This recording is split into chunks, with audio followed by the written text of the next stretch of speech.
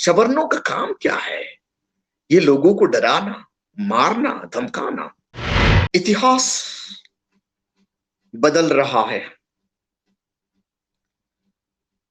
शूद्रों अपना ताकत दिखा रहे हैं, सवर्ण पीछे हट रहे हैं। जुलूम और एट्रोसिटी का दायरा जब क्रॉस हो जाता है, तब भारत में रहने वाले शूद्रों यूनाइटेड होके अपना आवाज बुलंद करते हैं। ये लोग सोचते हैं दलित का आवाज नहीं है। ये लोग सोचते हैं शूद्रों अपना आवाज बुलंद कर नहीं सकता। अभी ये पता चल रहा है भारत में रहने वाले सवर्णों को 9 साल पहले किए गई गलती का माफी अभी मांग रहे हैं। क्यों? 9 साल पहले इनको माफी मांगना जरूरत क्यों नहीं पड़ा? क्योंकि उस वक्त ये सोच रहे थे क्या, शूद्रों को अपना औकात दिखाओ, और शूद्रों कभी यूनाइटेड हो नहीं सकते, हम जो बोलेंगे ये सुनेंगे। ऐसे ही बात हुआ था जबलिन पसरिचा। ये 2012 में जब पार्लियामेंट भारत का सदन में बहन मायावती फैमिली प्लानिंग के बारे में वो बहस कर रही थी, तब जबलिन पसरिचा ने उनका ट्विटर हैंडल में ऐसे कहने लगी, ऐसे लिखने लगी, बहन मायावती जी को बाल बच्चा नहीं है, वो मां नहीं है, वो फैमिली प्लान के बारे में क्या बताएगी? इनको ये सोचना चाहिए। उस वक्त जब वो बात बोल रही थी, एक औरत होके एक औरत को क्रिटिसाइज कर रही थी, उस वक्त वो उनको सोचना चाहिए था, बहन मायावती जी क्या है, कौन है ये? वो पूरा बहुजन परिवार का माँ है। उन्हें बहुजन परिवार का लोग मां मानते हैं, अपना बच्चे से भी ज्यादा प्यार करती है वो उनका समाज का लोगों को। बहन जी जिंदा उस वक्त, बहन जी आज बहन जी जिंदा है इसीलिए हम सुरक्षित हैं। बाबा साहेब अम्बेडकर जब जिंदा थे, उन्होंने हमें सुरक्षा दे रहे थे। उसके बाद दादा साहेब कांसीराम और बहन जी ने हमें अपना बच्चे की तरह पालते हैं। ये लोग अपना माँ बाप जैसे प्यार देते हैं। आप कैसे भूल गई जबलिन पसरिचा जी? आपको इतना भी पता नहीं? इनको मैं कहता हूं नीच मानसिकता। हाँ, आप ये सोच के इसे लिखी होंगी, ये शूद्र है, नासमझ है, हम जो बोलेंगे वो बता हो जाएगा। आज 9 साल के बाद आपका ट्विटर हैंडल मैं जब देख रहा हूं 18 मई 2021 में आप माफी मांग रही है।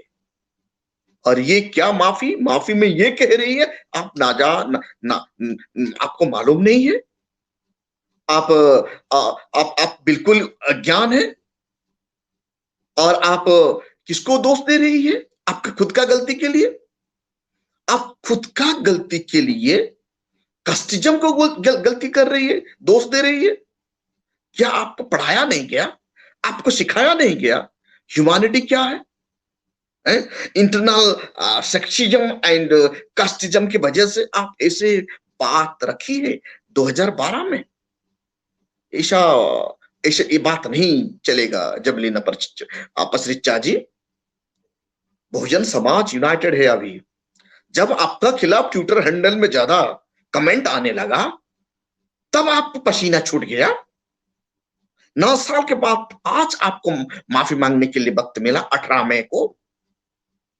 ऐसे नीच मानसिकता सोच रखने वाले लोग देश के लिए अच्छा नहीं है। कभी भी किसी को भी ऐसे बात रखना नहीं चाहिए। साथियों में आप लोग जानते होंगे दादा साहब कांशीराम साहब ने क्या बोले थे बहन मायावती जी के बारे में। साहब कांशीराम ये कहते हैं, मायावती जी मायावती मेरा माँ जैसे है। बहन मायावती जी ने जितना प्यार जितना सेवा की ना साहब कांशीराम को, इसीलिए उन्होंने उन्हें माँ बोल के पुकारे। आज लाखों करोड़ों मिलियंस एंड मिलियंस शूद्रों बहन मायावती जी को अपना मां से ज्यादा प्यार करते हैं। वो जिंदा देवी है। उनका उनका पॉलिटिकल एक्सपांशन, वो जितना पॉलिटिकली मजबूत हो रही है, उतना हमारा सुरक्षा बढ़ रहा है। इसीलिए ऐसे बात रखना बिल्कुल गलत है। आप जो बात रखी थी उस वक्त और आप फिलहाल जो जो माफीनामा मांगी है, उस वक्त ही सोचना चाहिए था आपको। हम लोग डरने वाले लोग नहीं, आप लड़ने वाले लोग हैं। हमारा यूनिफिकेशन, हमारा यूनिटी बढ़ गया है। ऐसे ही और एक बात आता है, आप लोग को मालूम है, हम ये मनुवादी लोग, ये सवर्ण लोग आज पीछे हट रहे हैं। क्यों पीछे हट रहे हैं?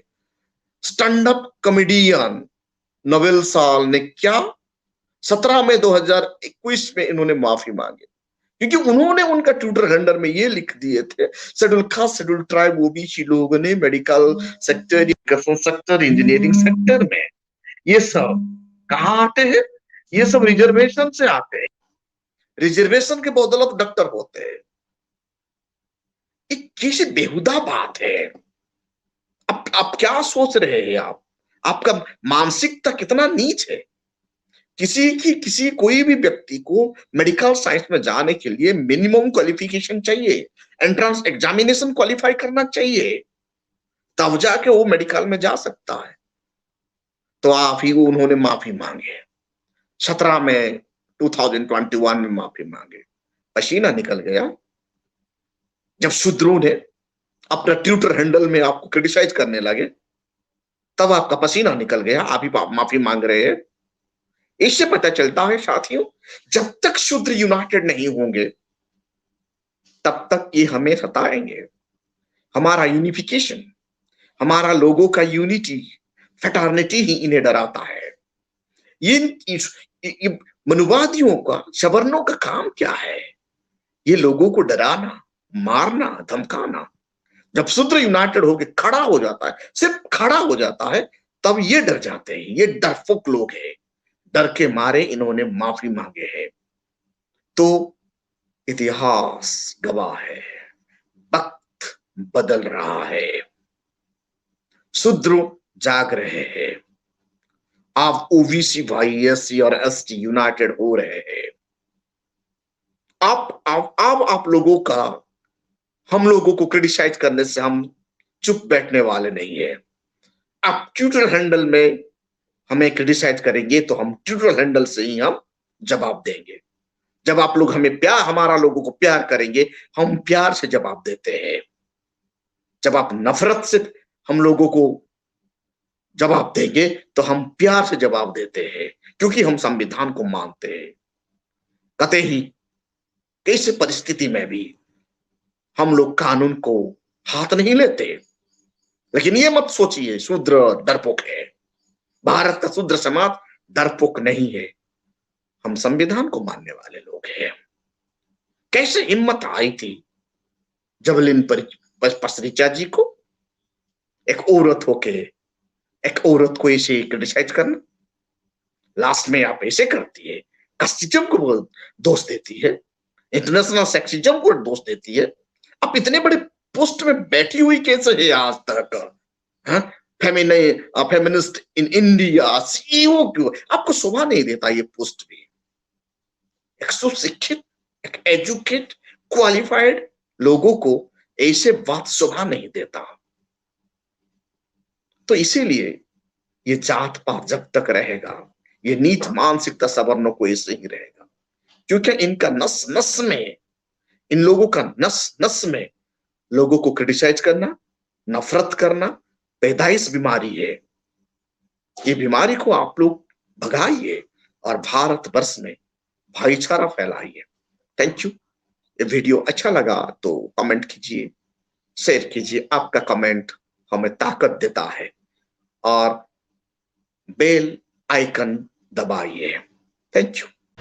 अगर आपने अभी तक हमारा चैनल सब्सक्राइब नहीं किया है तो सब्सक्राइब करें और घंटी का बटन बिल्कुल भी दबाना ना भूलें, ताकि सभी लेटेस्ट खबरें पहुंच सकें आप पे सबसे पहले।